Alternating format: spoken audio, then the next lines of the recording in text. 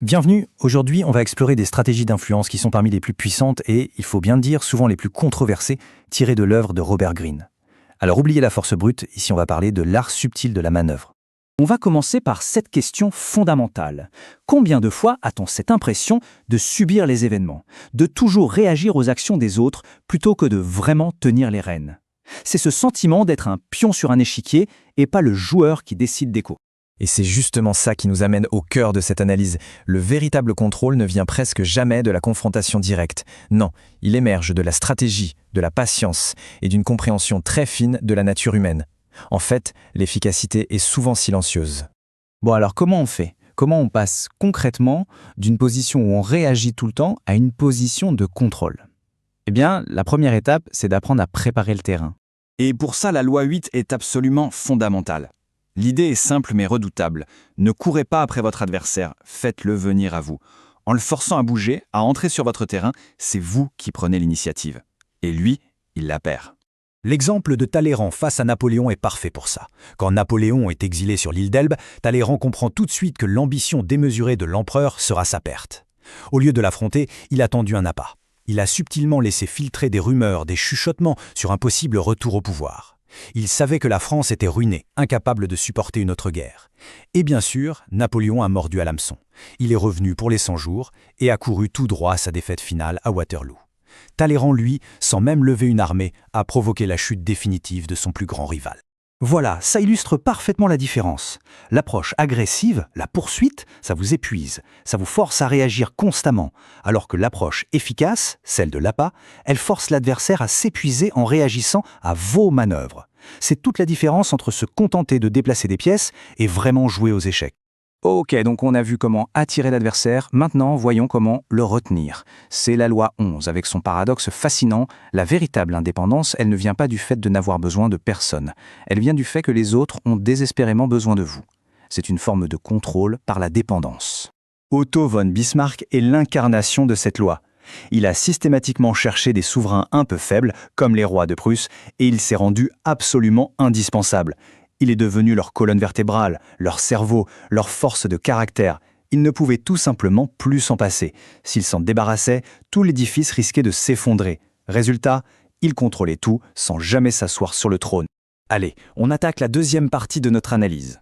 Ici, on va se concentrer sur des tactiques plus psychologiques. Il ne s'agit plus seulement de préparer le terrain de jeu, mais bien d'influencer directement les esprits. La loi 9 nous enseigne quelque chose de crucial. Les actes sont bien plus puissants que les mots.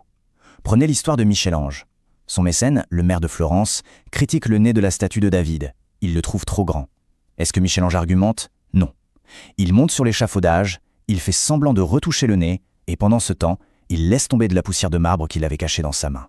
Le maire, lui, est convaincu du changement, et il applaudit. Le message est passé, sans le moindre conflit. Le point essentiel, c'est que l'argumentation, ça crée du ressentiment. L'ingénieur romain Mucianus en a fait la tragique expérience. Il a insisté auprès de son supérieur pour dire qu'un bélier plus petit serait plus efficace. Techniquement, il avait raison. Mais son insistance a été vue comme une insulte à l'intelligence de son chef. Il a été exécuté pour son impudence. Ça prouve que même la meilleure logique du monde ne pèse rien face à un ego blasé. On passe maintenant à une tactique de désarmement psychologique assez redoutable, utiliser l'honnêteté comme une arme. Un seul geste de franchise totalement inattendu peut faire tomber les défenses les plus solides, tout simplement parce que ça exploite notre besoin fondamental de faire confiance. L'histoire du comte Victor Lustig avec Al Capone est juste extraordinaire. Lustig approche le gangster le plus craint de son époque, il lui prend son argent, il attend, et puis il le lui rend intégralement en s'excusant platement de son échec. Imaginez la scène. Capone, qui ne fréquente que des gens calculateurs, est totalement déstabilisé par ce geste d'honnêteté apparente. Il ne s'attendait qu'à deux choses, soit le double de son argent, soit rien du tout. Le retour de la somme de départ, c'était impensable. Et c'est là que réside tout le génie de l'opération. Stupéfait par cette franchise, Capone aurait crié « Mon Dieu, mais vous êtes honnête !»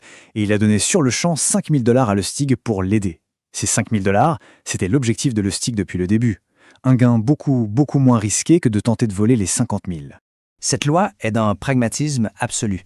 Pour obtenir de l'aide, ne parlez pas de vos besoins, ni des services que vous avez rendus par le passé. Parlez de ce que l'autre personne a à y gagner. C'est le seul langage qui soit vraiment universel. L'exemple d'Athènes le démontre à la perfection. D'un côté, Corinthe vient en rappelant le passé, la gratitude, le devoir.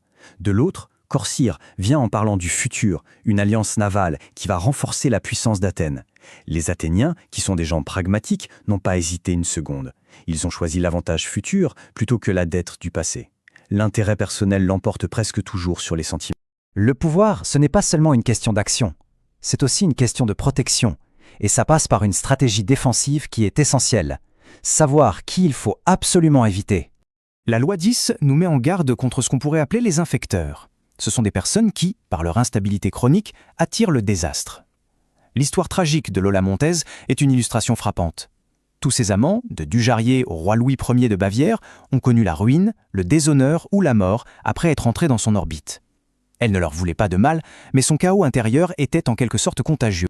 Cette citation de Gratian, elle est dure, mais elle résume la dure réalité de cette loi. Tenter d'aider un infecteur, c'est prendre le risque de se noyer avec lui.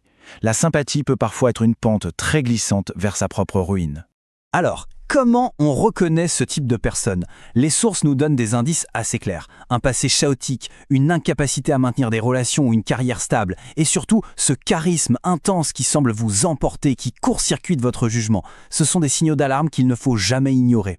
Bien, pour conclure, essayons de synthétiser ce que toutes ces lois nous apprennent sur la nature même du pouvoir et de l'influence. Le fil conducteur de toutes ces stratégies, c'est que l'approche indirecte est presque toujours la plus efficace. Que ce soit en appâtant son adversaire, en démontrant plutôt qu'en argumentant, ou même en utilisant l'honnêteté comme un leurre, le pouvoir le plus durable, c'est celui qui s'exerce avec finesse et pas avec fracas. Et tout ça, ça nous laisse avec une question de fond. Le vrai pouvoir, est-ce que ça consiste à imposer sa volonté de manière visible, ou est-ce que ça consiste plutôt à créer des situations où les autres, de leur plein gré, finissent par révéler leurs faiblesses et par agir exactement comme on le souhaite? La réflexion reste ouverte.